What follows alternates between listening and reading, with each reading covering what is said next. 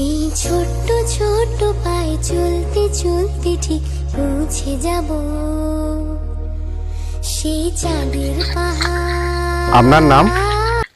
লালকান্তি রায়। কতদিন ধরে আপনি এই চাষটা করছেন? মোটামুটি 2.5 বছর আনুমানিক। এখন আমি যে গাছগুলো দেখতে পাচ্ছি, এই গাছটার বয়স কত হবে? 30 মাস। প্রথাগত চাষের বাইরে এই যে উপার্জনের একটা আশা করছেন, আপনি কিভাবে এইটার প্রতি উৎসাহটা আপনার বাড়লো?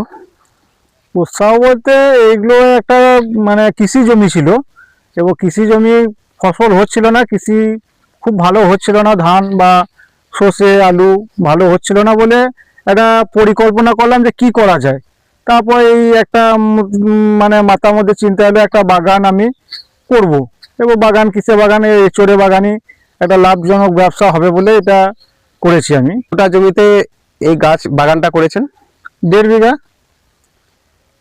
1 বিঘা জমির বাগানের জন্য কত চারা প্রয়োজন হয়?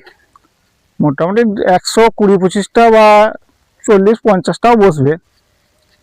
আর এর দূরত্বটা কতটা দিতে হয়? দূরত্ব 10/12।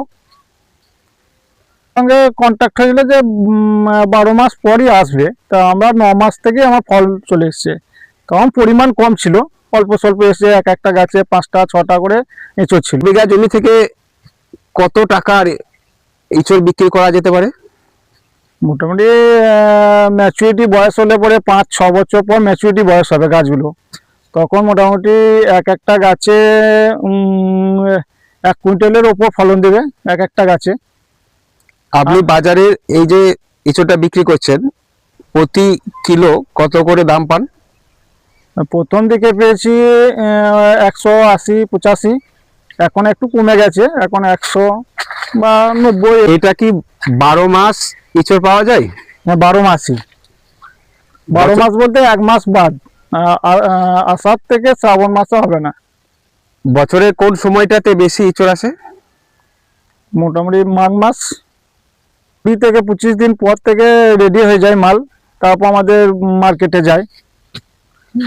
আর একদিকে কাটা হয়, আবার একদিকে আবার মানে ফুল চলে আসে। তাকে বপন করি, তখন কিছু ধুঁস বালি আর তার সঙ্গে জৈব খোল আর গোবর সার, এই 3টে দিয়ে আমরা দিয়ে বছরে 2বার করে করা হয়। আর এখন আমরা এটাতে হিউমিক অ্যাসিড আর গাছে ফল মানে স্টেট থাকার জন্য বা ভালো বৃদ্ধি করার জন্য আমরা ব্রন আর একটা ফাঙ্গাসাইড, যে কোনো ফাঙ্গাসাইড দিই গাছ প্রতি। মোটামুটি এখন যে গাছের পজিশন আছে 30 মাস, এতে আমরা মোটামুটি 500 গ্রাম পর্যন্ত আমরা সার প্রয়োগ করি, যা দিয়ে আমরা সব ওই জৈব জাতীয় জিনিস আমরা দিই, রাসায়নিক আমরা কোনো জিনিস দিই না। দেওয়া হচ্ছে জমিতে, এটা কতদিন অন্তর অন্তর সেচটা দেওয়া হয়? এটা 7 দিন পর পর।